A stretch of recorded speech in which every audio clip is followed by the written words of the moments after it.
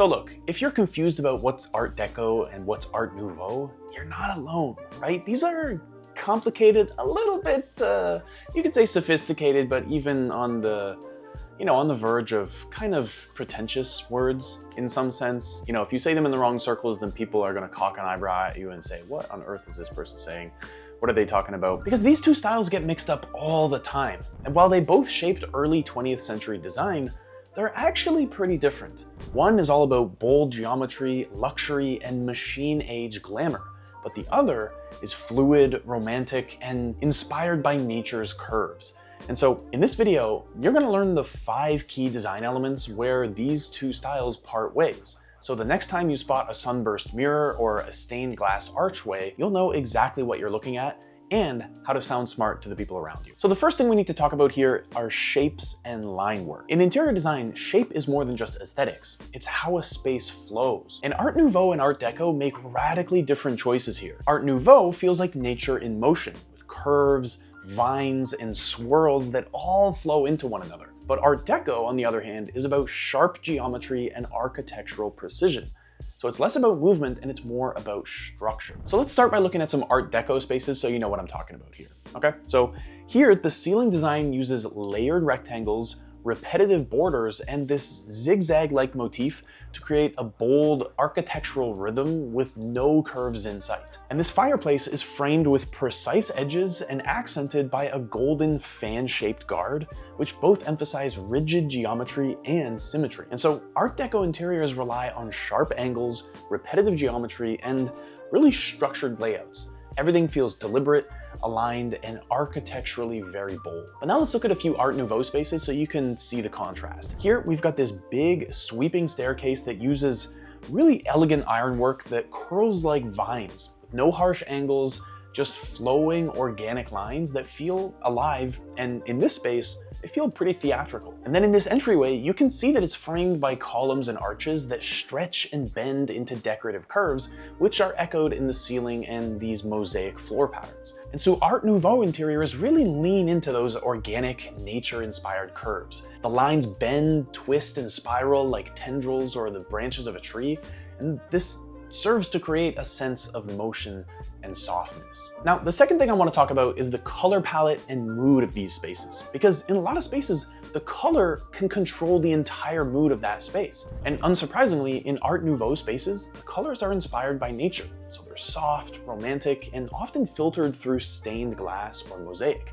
But Art Deco takes the opposite approach, using bold contrasts, high gloss, and saturated jewel tones to create a sense of power and luxury. And you can see that coming through very clearly in these images. Here in this lounge, it's featuring dark brown velvet, gold accents, and black marble, all in a really high contrast. And so the palette creates this instant richness and depth to the space. Here in this formal dining space, which for me is not the most warm or inviting space, but still it's using black lacquer, deep navy tones, gold trim, and crystal lighting to produce this theatrical high society energy.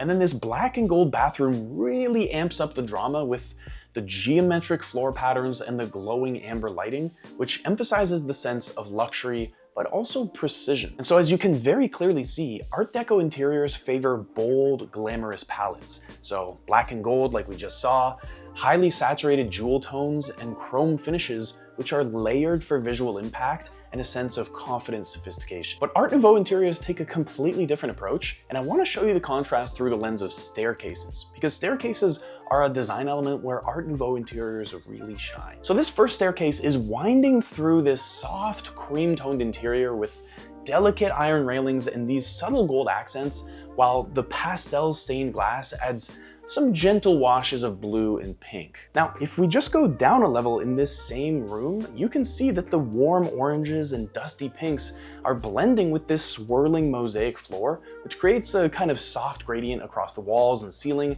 that feels like a watercolor painting. Now, in this stairwell, every surface is glowing with this beautiful amber light. The walls, railings, and glass are all reflecting shades of honey and bronze in this really nice, warm, cohesive palette. And so as you can see, Art Nouveau interiors typically use earthy, nature-inspired tones like terracotta, moss green, amber, and even soft pinks, which are all layered together to create a romantic, calming, and really artistic atmosphere. Okay, now the third distinction we should talk about are furniture forms and materials. And we'll start with Art Deco. So here you can see this chaise longue combines some really ornate carved wood with a tiger print velvet, while the faceted wall panels and sunburst mirror behind it really drive home the Art Deco obsession with geometry and opulence. Here you see a pretty sleek olive velvet sofa, which is trimmed with gold and placed in front of a marble fireplace and gilded paneling. So the furniture here is blending softness and structure, but without losing its luxurious edge. And then here, which is actually a shot of a hotel lobby in Paris, we've got this beautiful front desk framed in dark wood and gold mosaic tiles, which creates this really structured focal point. And so Art Deco furniture is rich and geometric, and it often combines angular shapes with luxe materials like marble, chrome, lacquer, glass, and velvet. And every piece is meant to be noticed, framed, and admired. But again, the furniture and materials in Art Nouveau interiors are pretty distinct. This dining room features a built-in wooden cabinet with flowing curves that echo the soft arches above it, and every edge is rounded and the craftsmanship highlights grain over polish. Now, in this reception hall, the bar and cabinetry are carved with these swooping lines and botanical detailing, which creates furniture that looks more like a sculpture than like a piece of storage. And here, the dining room walls and furniture all share the same warm-toned wood with highly stylized curves, especially around the chair backs and the cabinet frames. So nothing feels machine cut or modern, it's just fluid and natural. And so Art Nouveau furniture is really known for its curvilinear forms, its intricate wood carving, and its unity with the architecture around it. And wood is often the star material because it's used to shape pieces that feel grown, not assembled in a factory. Now, I gotta be honest, the entryways and stairways that we saw of Art Nouveau earlier were pretty beautiful, but as we get more kind of deeper into the home, I can't say that this is particularly my style. It just doesn't speak to me. But that's kind of the beauty of having so many different styles of interior design, right? Everyone gets to pick and choose what they like, and you can also pick and choose individual pieces from different styles and make them work cohesively. So would I have these in my home? Probably not. But something like these grand stairways that we saw a couple of minutes ago, yeah, those I would probably be okay with. But now let's look at the difference between Art Nouveau and Art Deco when it comes to lighting, starting with Art Deco. So this chandelier has a tiered silhouette made of clear crystal rectangles, which reflects light in all directions, kind of like a modern jewel. And up close, the precision cut glass and rectangular framing emphasize repetition and order, which are a signature Art Deco trait. Now, this wall lamp features a frosted rectangular diffuser set in an angular chrome base, which combines the soft glow of the light with a machine edge sharpness. And so as I've been saying, Art Deco decor leans into those structured shapes, those reflective materials, and geometric patterns. And so the lighting is functional, but it's also a statement piece, crafted to create drama, elegance, and a true form of symmetry. But Art Nouveau lighting is very, very different. So this chandelier captures the soul of Art Nouveau with its cascading shape and its soft radiance. Instead of sharp angles, the layers gently taper down like petals on a rose in motion. And so it's not showy, it just glows, with light bouncing off of each crystal in a soft, almost watery shimmer. And up close, you'll notice that the crystal shapes aren't harsh prisms, but they have beveled edges that reflect light in a more organic, jewel-like way. And so there's a natural rhythm in how each piece is placed, like they're growing out from the chandelier's center as if it's a real plant. And if the chandelier didn't effectively communicate Art Nouveau's love for nature, then this Tiffany lamp definitely does. The stained glass shade is made up of flowing floral forms, and the colors just mimic petals and leaves bathed in a beautiful warm light. So it's decorative, but it's not overwhelming.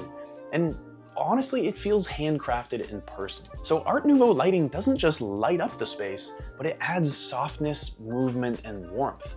And these pieces feel like they belong in a forest or a garden, not just in your living room. And so that emotional, romantic quality is what really sets them apart. And so the fifth distinction I want to draw here comes down to wall and surface treatments. And again, we'll start with Art Deco. We already saw the fan-shaped guard in front of the fireplace a few minutes ago, but here you can see that this ceiling captures that fan motif perfectly, and it's become a symbol of the Art Deco era because it's geometric, it's radiant, and it's undeniably glamorous. It really uses this layered scallop design that radiates out like sunbeams and is enhanced by the alternating textures of opaque glass and the polished metallics that bounce light so dramatically around a room. Another signature feature of Art Deco interiors are high-gloss lacquered walls in deep reds or blacks, which are often paired with exotic wood veneers and sharp inlays. And so here, this hallway's mirror-like shine and layered geometry make the space feel cinematic and pretty rich. And so as you've been seeing, Art Deco surfaces love reflection and repetition. And here, the mirrored panels and fluted metal trim create this rhythmic backdrop, while the veined marble adds visual weight and a sense of luxury. So again, Art Deco wall and surface treatments are all about that bold geometry, polished finishes, and the rich materials that you see throughout these spaces. So whether it's lacquer, mirror, metal, or marble, every surface is designed to catch the light and hold your attention. Here, the Galerie Lafayette Dome captures the grandeur and intricacy of Art Nouveau with radiating ironwork and the glass petals that form this celestial canopy. Here in this bar, the entire interior is wrapped in rich wood, golden inlays, and a ton of organic curves, which makes even the furniture and lighting feel like it's growing vines. And then these beautiful stained glass doors and windows are pure Art Nouveau. Fluid lines, floral curves, and soft symmetry that turn even a doorway into this blooming garden. So across all three, there's no sharpness or rigidity. Everything flows just like nature itself, and it's designed to feel alive, ornamental, and emotionally immersive. And so Art Deco and Art Nouveau aren't just different design styles, they're two entirely different ways of seeing the world. Art Nouveau turns nature into ornament, and it's flowing and really emotional, while Art Deco turns architecture into artwork. It's polished, precise, and powerful. And while they may live in the same era, they speak completely different design languages. So whether you're designing your own space or just admiring the work of others, now you've got the eye to spot the difference and appreciate the beauty of both. So if you like this video, I've left links to a few similar ones in the description below. Or if you want to continue learning about other design styles that you've probably heard of but might not know exactly what they actually are, then check out this video up here. I'll see you there.